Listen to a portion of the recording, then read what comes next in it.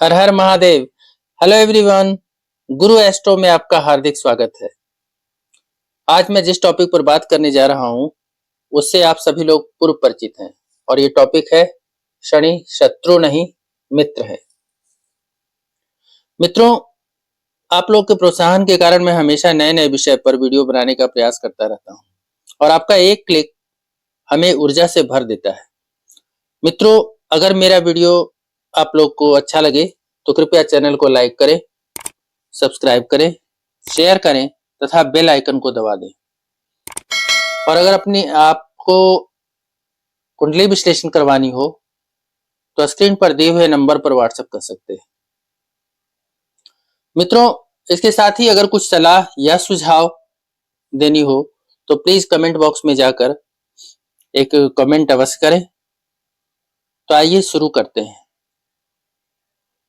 मित्रों, हम सभी जब यह सुनते हैं कि शनि की 7.5 या ढैया चलनी शुरू हो चुकी है तो हम बुरी तरह से डर जाते हैं और सोचते हैं क्या पता हमारे साथ कितना बुरा हो।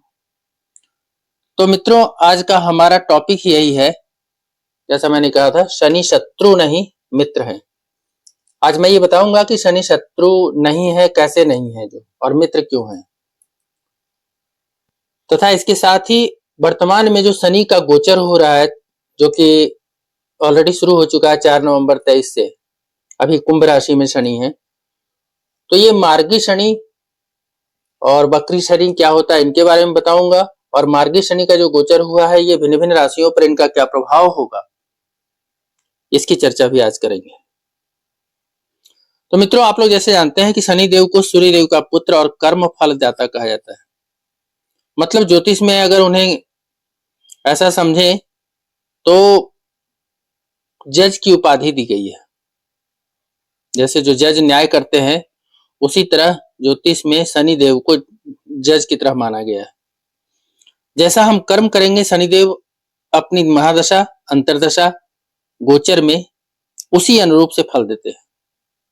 उन्हें नपुंसक माना गया है, अर्थात वो स्त्री या पुरुष सभी को बिना भेदभाव के न्याय देने का कार्य करते हैं।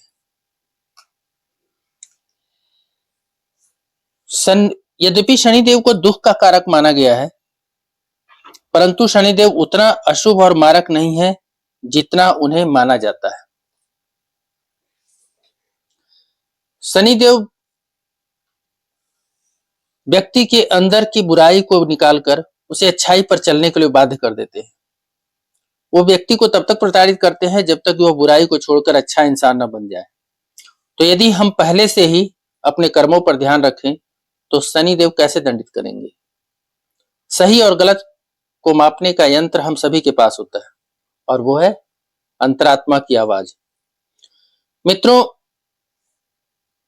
हम यदि किसी भी तरह का बर्ताव या व्यवहार जब किसी अन्य के साथ करते हैं तो केवल इतना ही ध्यान रख लें कि यही बर्ताव कोई मेरे साथ या मेरे परिवार के साथ करे तो मुझे कैसा लगेगा। यदि इसका उत्तर यह आए कि मुझे खुशी होगी, तब हमें समझ लेना चाहिए कि हम सही मार्ग पर चल रहे हैं। ऐसे में हमें शनिदेव से द्वारा दंडित होने का कोई डर नहीं होना चाहिए, बल्कि यह भी संभव है कि शनिदेव के द्वारा पुरस्कृत भी किया जाए, जिससे हमारा समय और भी बेहतर बीतेगा तथा सफलता हमारे साथ चलेगी। तो मित्रों, अगर हमारी बुराई को कोई निकाल कर कोई अच्छाई से पूर्ण करे तो मेरा शत्रु कैसे हो सकता है। वह तो सच्चा मित्र ही होगा ना। इसलिए मैं कहता हूं शनिदेव शत्रु नहीं मित्र हैं। शनिदेव में इतनी क्षमता है कि वो राजा को रंक और रंक को राजा पल भर में बना देते हैं। अगर संक्षिप्त में कहा जाए कि शनि क्या है, तो शनि न्याय का नाम है, शनि अनुशासन का नाम है, शनि उत्तम आचरण का नाम है, शनि कर्तव्यों का बोध कराने का नाम है। अतः मित्रों, हमें शनि देव से डरने की जरूरत नहीं, बल्कि हमें अपने कर्मों से डरने की जरूरत है। शनि देव 4 नवंबर 2023 से कुंभ राशि में गोचर कर रहे हैं और ये मार्गी हैं, मार्गी का अर्थ होता है, जब कोई भी ग्रह मार्गी होता है तो सी मार्गी का मतलब होता है सीधी चाल। जैसे अगर यहाँ ये है मेष राशि, तो मेष राशि से जब कोई ग्रह वृष राशि में जाएगा और फिर वृष राशि से मिथुन राशि में जाएगा तो इसको हम मार्गी कहेंगे। लेकिन यहीं अगर कोई भी ग्रह मिथुन राशि से वृष राशि में जाता हो या वृष राशि से मेष राशि में जाता हो तो इसे उल्टी चाल कहते हैं और ये वक्री होते हैं, इसको कहते हैं वक्री गति। नवग्रहों में केवल सूर्य और चंद्रमा कभी भी वक्री नहीं होते, जबकि राहु और केतु हमेशा ही वक्री होते हैं। और बाकी जितने ग्रह हैं वो मार्गी भी होते हैं और वक्री भी होते हैं, दोनों प्रकार की गतियां उनमें होती हैं। लेकिन यहाँ पे मैं सिर्फ शनिदेव की बात करने जा रहा हूं और विशेषकर जो भी आज बताऊंगा वो 4 नवंबर से शुरू हो चुका है, यानी 4 नवंबर से जो अभी समय चल रहा है उसके बारे में ही बताऊंगा और आगे कैसा चलेगा, किन किन राशियों का। यहाँ मैंने लिखा, आपने देख सकते हैं कि मार्गी शनि 4 नवंबर से कुंभ राशि में गोचर कर रहे हैं। एक चीज और आप लोगों को ध्यान रखनी है कि यहाँ जो कुंडली बनाई गई है वो चंद्र कुंडली है, तो आप लोग अपनी अपनी चंद्र कुंडली देखेंगे। चंद्र कुंडली का अर्थ होता है कि यहाँ लग्न भाव में हमेशा उसमें चंद्रमा रहते हैं, चंद्रमा को आधार मान करके वो कुंडली बनाई जाती है। तो यहाँ उस कुंडली में आपका यहाँ चंद्रमा होंगे और जो भी नंबर होगा, चंद्रमा जिस भी राशि में होते हैं वही उनकी मूल राशि होती है। तो यहाँ पे जितना नंबर लिखा होगा सब, अगर यहाँ 2 लिखा हुआ तो वृष राशि के जातक होंगे, 3 होगा तो मिथुन राशि के जातक होंगे। इसी तरह से यहाँ 1 लिखा है तो ये मेष राशि के निमित्त लिखा है। शनि कुंभ राशि में है, अभी यहाँ मैंने लिख रखा है 4 नवंबर 23 से कुंभ राशि में गोचर कर रहे हैं। तो यहाँ कुंभ राशि देखिए, यहाँ एकादश भाव में, एकादश भाव में शनि है और इनकी तृतीय दृष्टि प्रथम भाव पे, सप्तम दृष्टि पंचम भाव पे और दशम दृष्टि अष्टम भाव पे है। एकादश भाव में शनि होने के कारण जातक खुद को बहुत कंफर्टेबल जोन में महसूस करेंगे, आमदनी के नए नए स्रोत खुलेंगे, लक्ष्मी स्थान चूंकि कहा जाता है लिहाजा लक्ष्मी संवर्धन के योग बनते हैं, नए नए आय के स्रोत बनेंगे।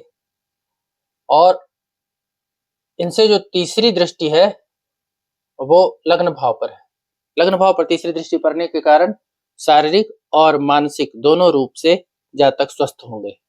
आपको जो भी पहले से परेशानियां अगर चल भी रही थी तो परेशानियों का दमन होगा, शमन होगा और आप मानसिक रूप से सुदृढ़ अपने आप को पाएंगे।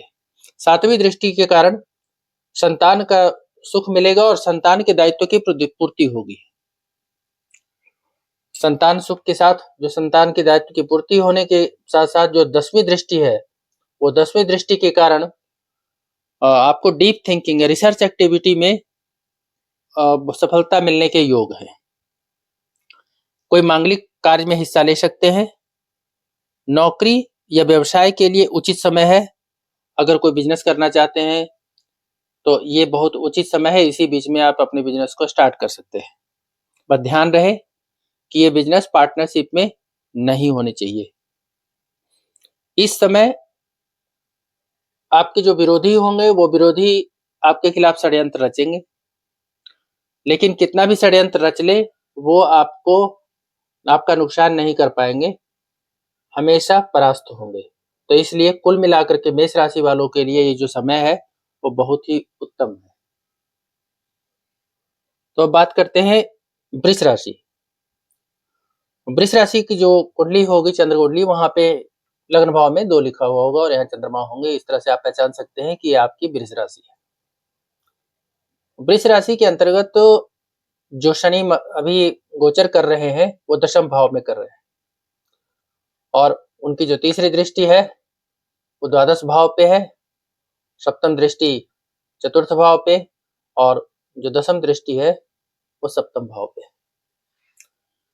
इस प्रकार से अगर देखें तो शनि का गोचर है वृष राशि वालों के लिए, उनको जो कार्यस्थली है अगर वो जहाँ कहीं भी कार्य करते हो, सरकारी अधिकारी हो या फिर व्यवसाय करते हो, तो कार्यस्थल पर थोड़ा-सा परेशानी का कारण ये अभी होते हैं। अगर दशम दशम भाव में होते हैं तो परेशानी हो सकती है। तो लिहाजा अपने कर्मचारी या अपने अधिकारी उन लोगों से ध्यान रखें कि इनसे किसी भी बात पर मतभेद न हो, ज़्यादा बहस नहीं हो। तो अगर इस बात पर ध्यान रखेंगे तो स्थिति आपके लिए बहुत अच्छी रहेगी। आर्थिक स्थिति थोड़ी-सी कमज़ोर होने का योग बन रहा है। क्यों? क्योंकि इनकी जो तृतीय दृष्टि है वो द्वादश भाव पे है और इससे फिजूल खर्ची आपकी बढ़ेगी। हो सकता है कि स्वास्थ्य के कारण वो हॉस्पिटल के खर्चे भी बढ़ सकते हैं। तो लिहाजा यहाँ फिजूल खर्ची आर्थिक स्थिति पे कमजोरी का योग बन रहा है। साथ ही साथ माता के साथ थोड़ी सी अनबन या माता के स्वास्थ्य में थोड़ी दिक्कतें हो सकती हैं। माता के स्वास्थ्य को ध्यान रखने के लिए अगर आप तत्पर रहते हैं, उनके देखभाल करते हैं, उनका सम्मान करते हैं, उनके साथ मधुर संबंध अगर इस अवधि में बनाए रखते हैं, वैसे तो हमेशा ही बनाए रखना चाहिए, लेकिन अगर इस अवधि में उनका मान सम्मान के साथ उनका प्रॉपर केयर करते हैं, तो शनि का कोई भी विपरीत फल या विपरीत परिणाम आपके ऊपर नहीं पड़ेगा। शनि की जो दशम दृष्टि है वो पत्नी भाव पे है या सप्तम भाव पर है। सप्तम भाव पे होने के कारण पत्नी से अनबन हो सकती है। लिहाजा अभी वृष राशि के जातक जो भी हैं उनमें धैर्य बनाने की बहुत जरूरत है। शांति बनाए रखें, किसी भी विवादित मुद्दे पर बहस नहीं करें और जितना हो सके बहुत सोच समझ कर करके अपना व्यवहार, चाहे ऑफिस में, चाहे माता के साथ, चाहे पत्नी के साथ, चाहे अपने कुटुंब के साथ, बहुत धैर्य पूर्वक अपना कार्य करें और व्यवहार में लाएं।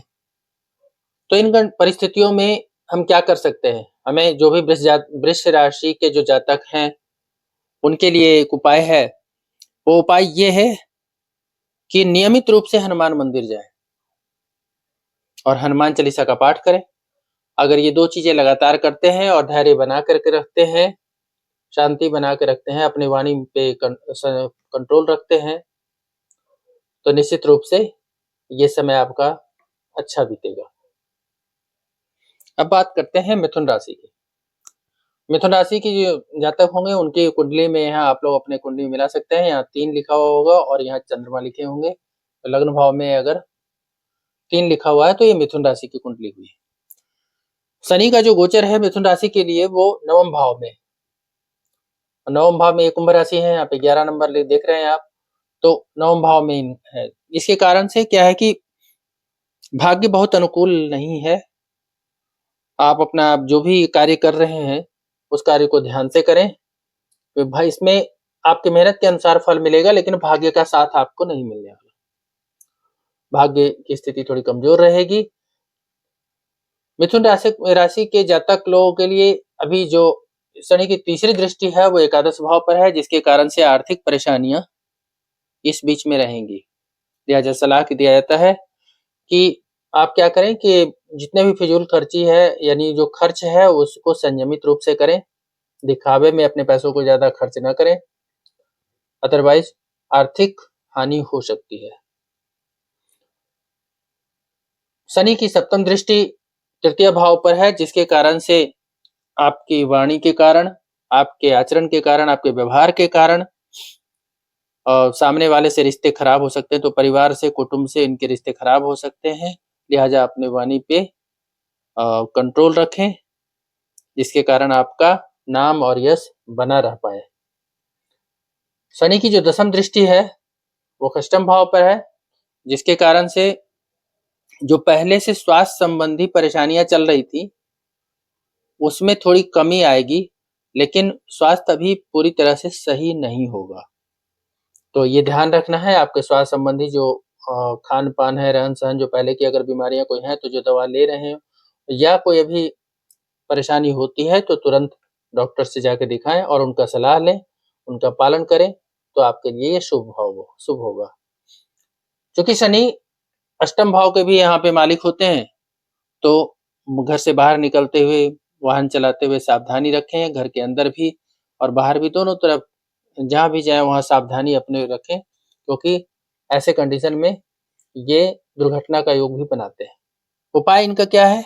उपाय इनका ये है कि हनुमान जी के नित्य दर्शन करें और नित्य हनुमान चालीसा का पाठ करें। हम बात करते हैं कर्क राशि की। कर्क राशि के जो जातक होंगे उनके कुंडली में यहाँ 4 लग्न भाव में 4 लिखा होगा और यहाँ चंद्रमा लिखा होगा। इससे आप जान पाएंगे कि हाँ ये कर्क राशि की कुंडली है। क्योंकि चंद्र राशि पे हम बात कर रहे हैं। चंद्र राशि में जो शनि का गोचर है वो अष्टम भाव में है। अष्टम भाव में गोचर होने के कारण ये आयु तो बढ़ाते हैं लेकिन दुर्घटना वगैरह करवाते हैं। अष्टम भाव के शनि आयु में वृद्धि करते हैं लेकिन परेशानी जरूर देते हैं, अवश्य देते हैं। तो लिहाजा कर्क राशि के जो जातक हैं वो बहुत ही अभी स्वास्थ्य को लेकर के ध्यान रखें। घर से बाहर जाएं या घर के अंदर, दोनों ही कंडीशन में, खास करके वाहन चलाते समय विशेष रूप से ध्यान रखें। अगर सावधानी रखेंगे तो इससे बच सकते हैं।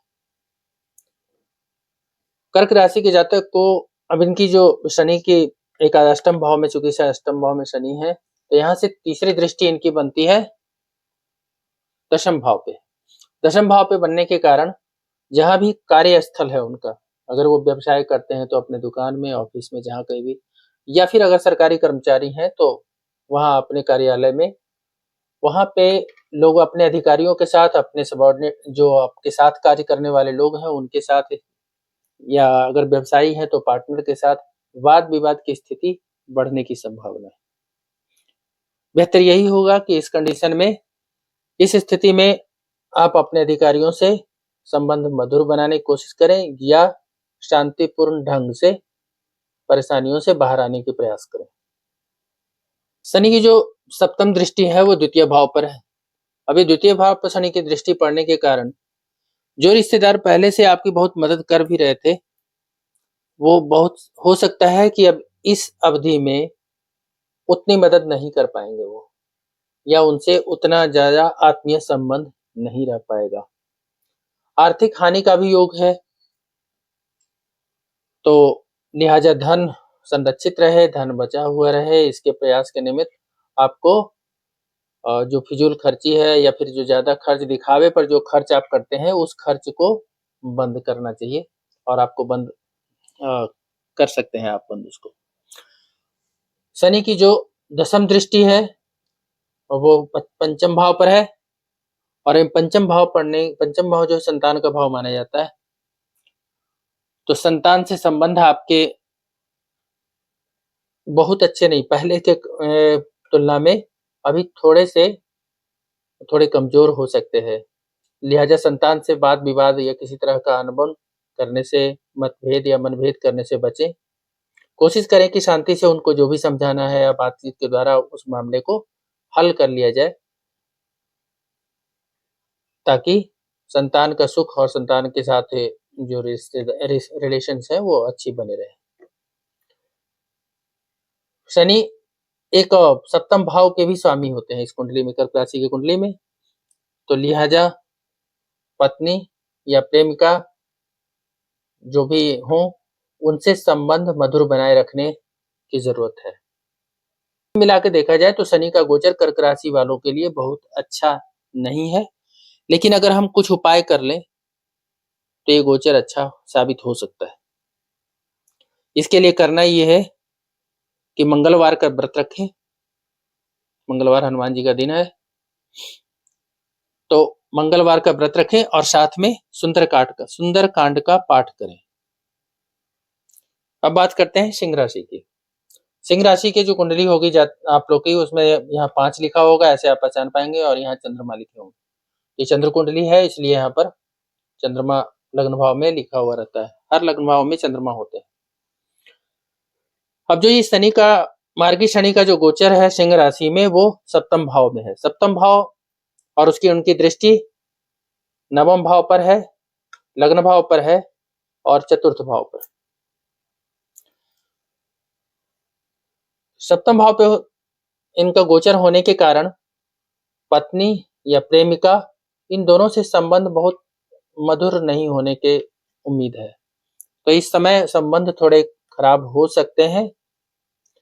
लिहाजा सिंह राशि के जो जातक हैं उनको इस समय अवधि में ये प्रयास करना चाहिए कि किसी भी तरह से पत्नी या प्रेमिका से किसी प्रकार का मतभेद न हो, ऐसे कार्य करें या ऐसे वाणी का प्रयोग करें।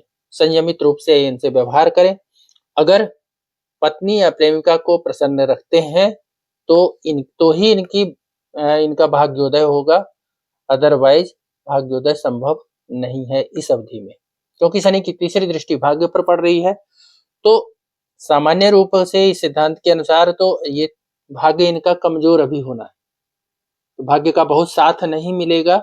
आप जितना काम मेहनत करेंगे उसी के अनुरूप आपका फल मिलेगा। भाग्य का साथ यहाँ नहीं मिलता दिख रहा है।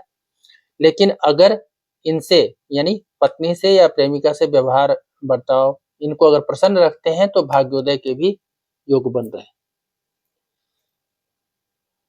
शनि की जो सप्तम दृष्टि है वो लग्न भाव पर है, जिसके कारण आपको शारीरिक परेशानियां मिलेंगी, और साथ ही साथ अगर आप संयमित नहीं रहे तो ये मानसिक परेशानियां भी आपको, शारीरिक के साथ साथ मानसिक परेशानियां भी इस समय इस अवधि में दिख सकती हैं। तो आप इसमें आप संयमित रहें और बहुत अनुशासित होकर के अगर व्यवहार करते हैं और अपने जीवन में अनुशासन का पालन करते हैं, तभी इस अवधि में आपको सुख शांति मिलेगी। सिंह राशि के जातक जो दशम शनि का जो है गोचर, वो दशम दृष्टि शनि की चतुर्थ भाव पर है। चतुर्थ भाव पर पड़ने के कारण माता का स्वास्थ्य पर विशेष ध्यान रखने की आवश्यकता है, और माता को सम्मान करने की आवश्यकता है, क्योंकि माता का स्वास्थ्य इस समय खराब होने का योग बन रहा है।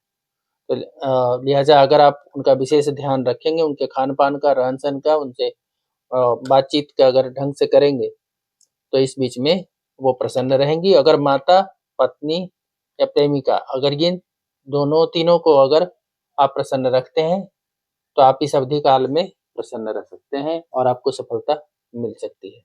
साथ साथ जो इनके उपाय हम कर सकते हैं, वो चूंकि शनि देव का इस राशि में बहुत सकारात्मक प्रभाव नहीं है, इसलिए हमें उपाय के रूप में शनिवार के दिन शनि मंदिर जाना चाहिए और वहां सरसों तेल का दीपक और उसमें तिल डाल करके शनि देव को चढ़ाना चाहिए, और शनि के बीज मंत्र का जाप करना चाहिए, और नित्य हनुमान चालीसा का पाठ करें। अगर इतना करें तो ये अवधि बहुत अच्छा निकलेगा। अब बात करते हैं कन्या राशि की।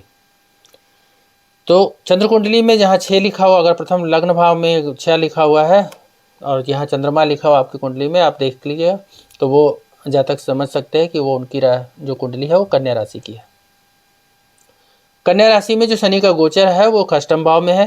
यहाँ आप देख सकते हैं, यहाँ 11 लिखा हुआ है, कुंभ राशि। ये कुंभ राशि 11 नंबर होता है। शनिदेव यहाँ गोचर कर रहे हैं। यहाँ शनिदेव के गोचर होने, मार्गी शनि का गोचर होने का फल ये मिल रहा है कन्या राशि वालों के लिए कि उनका स्वास्थ्य, जो पहले से रोग, जो शरीर में कुछ बीमारियां, परेशानियां जो चल रही थी, वो परेशानियों से मुक्ति मिलेगी। ऋण और शत्रु, तो ऋण जो होता है, पहले से अगर कोई लोन ले रखा हो, तो अगर पहले से कोई परेशानी हो भी रही हो उसके EMI पूरे करने में, तो ये ऐसा समय है जिसमें आपको थोड़ी भी परेशानी नहीं होगी, बहुत ईजिली ऋण को पे कर पाएंगे। शत्रु की जो स्थिति है वो शनि का गोचर होने के कारण शत्रु हमेशा आपसे इस अवधि काल में, जब से ये शुरू हुए हैं, मार्गी शनि जब तक रहेंगे, शत्रु हमेशा आपसे परास्त होंगे। तो शत्रुओं का कोई वर्चस्व आपके ऊपर नहीं चलेगा, आपको किसी प्रकार की चिंता करने की जरूरत नहीं है। शनि की जो तृतीय दृष्टि है वो अष्टम भाव पर है, और अष्टम भाव जो होता है डीप थिंकिंग का होता है, रिसर्च एक्टिविटी का होता है। तो जो लोग अगर किसी रिसर्च एक्टिविटी में या कुछ अलग इनोवेटिव आइडियाज़ का काम कर रहे हो या ऐसा कुछ सोच रहे हो, तो उनके लिए ये समय बहुत ही शुभ होने वाला है। शनि की जो सप्तम दृष्टि है कन्या राशि वालों के लिए, और वो द्वादश भाव पर है। द्वादश भाव पर होने के कारण फिजूल खर्ची पे शनिदेव यहाँ रोक लगा रहे हैं, और जब भी फिजूल खर्ची पे रोक लगाएंगे तो उस कंडीशन में होना क्या है, उस स्थिति में क्या होना है, आर्थिक स्थिति मजबूत होगी। तो कन्या राशि वाले अभी इस बात का अनुभव कर पाएंगे या कर पा रहे होंगे 4 नवंबर के बाद से कि अभी जो धन की स्थिति है इस अवधि में बहुत बढ़ोतरी होगी अभी, और ये धन बढ़ने का भी योग है। तो पहले के मुताबिक यानी 4 नवंबर पहले से पहले जितनी भी कमाई आपकी हो रही थी, जो भी जितनी आमदनी हो रही थी, वो आप अनुभव कर पा रहे होंगे कि इस अवधि में आप उससे ज़्यादा कमा रहे हैं या उससे ज़्यादा लाभ हो पा रहा है। तो आर्थिक स्थिति आपकी सुदृढ़ होनी है। कन्या राशि वालों के लिए हर दृष्टिकोण से शनि का गोचर बहुत ही शुभ है, चाहे वो व्यावसायिक रूप हो या अगर कहीं वो सरकारी जॉब में है, अधिकारी अगर सरकारी जॉब में कहीं काम कर रहे हैं, तो सरकारी कर्मचारी हैं, तो उन दोनों ही दृष्टिकोण से ये समय बहुत ही उपयुक्त है। कुटुंब के साथ उनके रिश्ते बहुत मधुर होंगे। इवन यद्यपि जो पहले जिनके साथ थे, उनके साथ भी इस समय संबंध बहुत मधुर होने के योग बन रहे हैं। यानी जो आपको कल तक लाइक नहीं कर रहे थे, पसंद नहीं कर रहे थे, वो भी अब पसंद करेंगे शनि के इस गोचर के बाद। साथ ही साथ अप्रत्याशित रूप से आर्थिक लाभ होगा। अप्रत्याशित रूप कहने का मतलब ये हुआ कि जितना आपने सोचा नहीं होगा उतना आपको लाभ इस गोचर काल में आपको मिलने वाला है। तो आज के लिए बस इतना ही। तो आज हमने जो चर्चा करी है वो मेष राशि से लेकर के कन्या राशि तक के लिए कैसा प्रभाव होगा, इसके बारे में संपूर्ण जानकारी अगले 6 राशियों के लिए अगली वीडियो। आज तक के लिए इतना ही। धन्यवाद।